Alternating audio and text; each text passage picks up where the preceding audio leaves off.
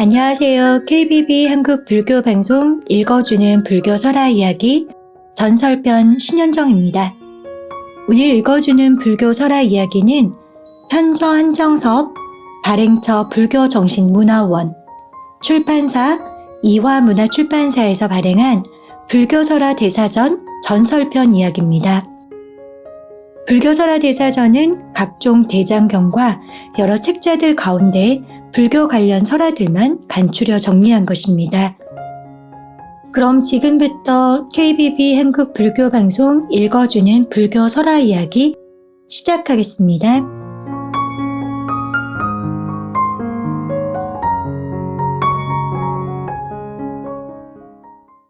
오늘 소개해드릴 불교설화 대사전 전설편 무학대사 왕십리의 유래 이야기입니다.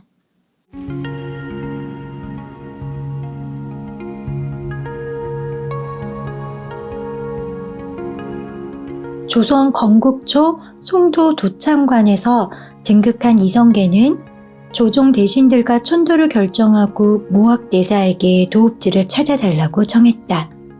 무학대사는 옛부터 신령스러운 산으로 알려진 계룡산으로 내려가 산세와 지세를 살폈으나 아무래도 도읍지로는 적당치 않았다.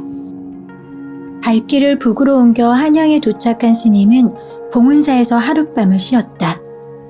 이튿날 아침 일찍 뚝섬 나루에서 배를 타고 한강을 건너니 넓은 들이 한눈에 들어왔다. 사방으로 지세를 자세히 살핀 스님은 그곳에 바로 새 도읍지라고 생각했다.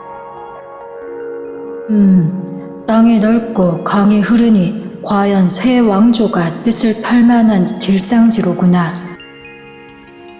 무학대사는 흐뭇한 마음으로 걸어오는데 한 노인이 소를 물면서 소리쳤다. 꼭 무학 같구나. 왜 바른 길로 가지 않고 굳이 굽은 길을 들어서느냐. 순간 무학대사의 귀가 번쩍 뜨였다. 고개를 들고 돌아보니 길 저쪽으로 소를 몰고 가는 한 노인이 채찍으로 소를 때리고 꾸짖고 있었다. 스님은 얼른 노인 앞으로 달려갔다. 노인 어른, 지금 소도로 뭐라고 하셨는지요? 미련하기가 무학 같다고 했소. 그건 무슨 말씀이신지요? 아마 요즘 무학이 새 도읍지를 찾아다니는 모양인데 좋은 것 다 놔두고 엉뚱한 곳만 찾아다닌다니 어찌 미련하고 한심한 일이 아니겠소. 무학대사는 노인이 보통 사람이 아니라고 생각했다. 스님은 공손히 합장하고 인사를 올리며 말했다. 제가 바로 그 미련한 무학이옵니다. 제 소견으로는 이곳이 좋은 도읍지라고 보았는데 노인장께서 일깨워 주셔서 정말 감사합니다. 더 좋은 도읍지가 있으면 이 나라 천년 대계를 위하여 일러주시기 바랍니다. 노인은 채찍을 들어 서북 쪽을 가리키며 말했다. 여기서부터 십리를 더 들어가서 주변 지형을 자세히 살펴보도록 하시오. 노인 어른, 참으로 감사합니다. 무학대사가 정중하게 고맙다는 인사를 하는 순간 노인과 소는 온데간데 없이 사라졌다. 스님은 가벼운 걸음으로 서북 쪽을 향해 십리쯤 걸었다. 그때 스님이 당도한 곳이 바로 지금의 경복궁 자리 근처였다. 과연 명당이로구나. 삼각산, 인왕산, 남산 등 사방의 산으로 둘러싸인 아늑한 땅을 보는 순간 무학대사는 기쁨을 감출 수 없었다. 만면에 미소를 띄운 스님은 그 길로 태조와 만나 한양을 새 도읍지로 정하여 도성을 쌓고 중궐을 짓기로 했다. 스님, 성은 어디쯤을 경계로 하면 좋겠습니까? 태조는 속히 대역사를 시작하고 싶었다. 북쪽으로는 삼각산 중바위 밖으로 도성을 축성하십시오. 삼각산 중바위는 노승이 500나한에게 예배하는 형국이므로 성을 바위 밖으로 쌓으면 나라가 평안하고 흥할 것입니다. 그러나 무학대사의 뜻과는 달리 조종의 일파는 이를 반대하며 인수봉안으로 성을 쌓아야 한다고 강경히 주장했다. 태조는 입장이 난처해졌다. 존경하는 스님의 뜻을 따르고 싶었으나 1등 개국 공신들의 의견을 무시할 수는 없는 일이었다. 무학대사와 대신들의 도성 축성에 관한 논쟁은 날이 갈수록 심각했다. 그도 그럴 것이 무학대사는 인수봉 안으로 성을 쌓으면 중바이가 성만을 넘겨다보는 형국이므로 불교가 결코 망할 수 없다고 생각했다.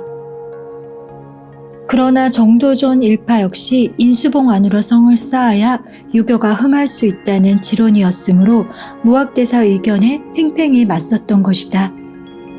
입장이 낭처해진 태조는 천재를 지내 결정키로 했다. 날을 잡아 제사를 지낸 이튿날이었다. 밤새 내린 눈이 봄볕에 다 녹아내리는데 축성의 시비가 되고 있는 인수봉 인근에 마치 선을 그어 놓은 듯 눈이 녹지 않는 부분이 있었다. 정도전 등 대신들이 이 이야기를 태조에게 즉시 고하고 이는 하늘의 뜻이므로 도성의 인수봉 안으로 쌓아야 한다고 거듭 추정했다. 거참 신기한 이르로구나. 그 선대로 성을 쌓도록 하시오. 이 소식을 들은 무학대사는 홀로 탄식했다.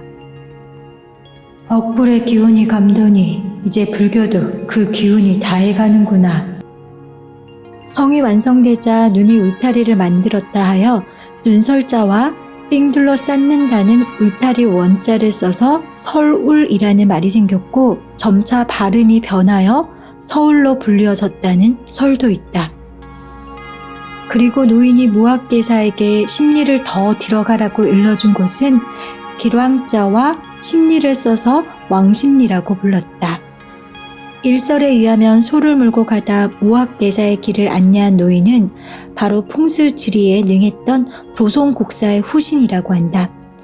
이런 이유로 왕심리에 속했던 일부 지역이 도손동으로 분할됐다.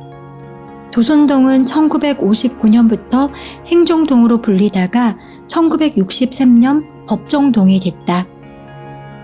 왕십리 청년사 부근에는 무학대사가 수도하는 바위터가 있었고 주위에는 송림이 울창했다고 하나 지금은 주택가로 변해 찾을 길이 없다.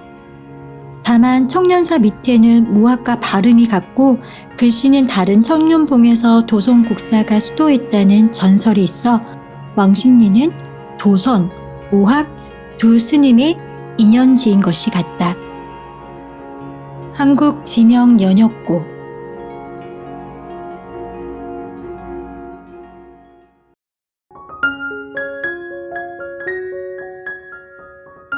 여러분, KBB 한국 불교방송 읽어주는 불교 설화 이야기 여기까지입니다. 오늘 읽어드린 불교 설화 대사전은 각종 대장경과 여러 책자들 가운데 불교 관련 설화들만 간추려 정리한 것입니다. 우리는 이 책을 통해 모든 존재의 인연 과보와 체상요경을 볼 수 있으며 착하고 아름답고 진실한 인격을 완성하고 이 세계를 극락정토화할 수 있는지 그 단서를 깨달을 수 있는 지침서입니다. 이 책은 상하연권 1715페이지로 내용은 크게 비유, 본생, 인연, 인과, 영원편으로 구성되어 있으며 어린아이들도 읽을 수 있을 정도로 쉬운 문장과 내용이 포함되어 있어 이야기가 전하는 깨달음과 울림의 깊이는 여타 철새서와 교육서 못지않습니다. 함께 해주셔서 감사합니다.